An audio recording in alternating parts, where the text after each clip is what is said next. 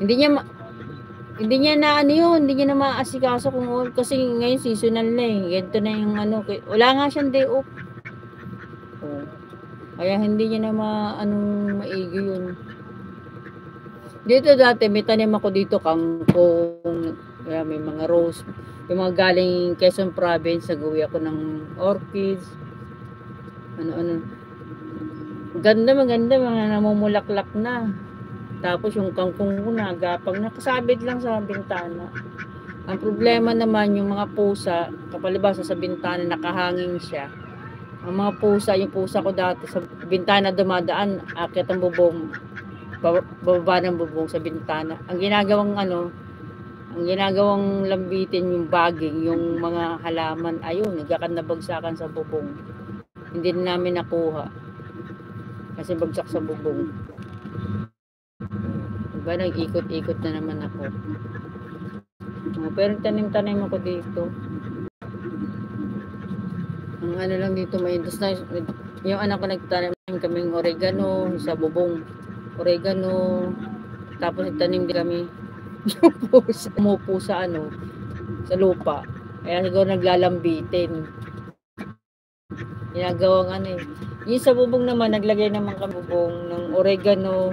Dami nun. Tapos garlic. Tsaka onion niya nagtanim yung anak ko sa kwarto kasi niya may maliit na bintana sa bubong. Pantay lang ng bintana niya yung bubong ng kapitbahay, doon pinapatong niya doon. Tapos may tanglad din. May tanglad din yung tanim niya doon. Ano ba nangyari? Ba't hindi niya yun? Pinagkaroon yata ng bagyo yun. Gumulong yung pinaglalagyan niya ng mga halaman niya, gumulong sa lumayo-layo. Taka kami, nakita namin nasa kapitbahay yung ang dami yung oregano. Kaya sobrang init din. Hindi na naasikaso rin. Kaya kailangan talaga pag nagtanim, ano lang yun. Wala kami nilalagay na na pataba. Ang ginagawa ko lang doon yung mga balat ng saging, may balat ng saging, may doon nilalagay namin sa halaman. Tsaka yun, itlog, yung shell ng itlog. Yun daw ilagay lang daw yung shell ng itlog kuya kayo taga-bantay?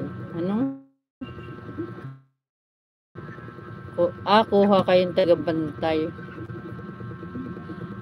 Maganda. Walang Ginoo hindi, ayaw ko lubayan panay toka tignan mo rin yung sarili mo dyan. Tignan mo yung sarili mo. Hindi mo, nakakatawa bang tignan? Nakakatawa tignan yung mukha mo? Nakakatawa bang tignan yan? Sabi ko lang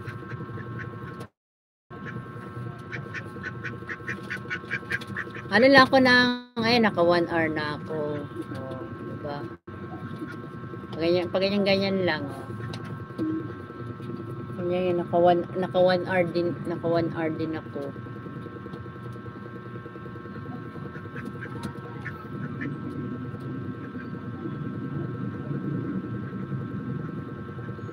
Hindi pa ako nakakapag adobo na yan. Ito, may iba na naman binubuling aso. Loko-loko taga si ito, may isa binubuling niya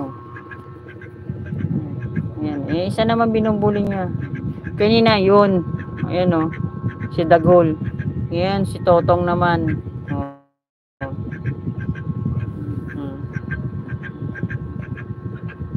Ayan, hindi ko minum tubig. Tingnan mo, yan naman ang binubuli niya. Nag-uusap sila. Pinag-meeting nga yung mag-ate. Mag-ate. Sinyasan. Mukhang may pinaplano kayo pinaplano yata itong dalawa bubulungan nag-uusap yung dalawa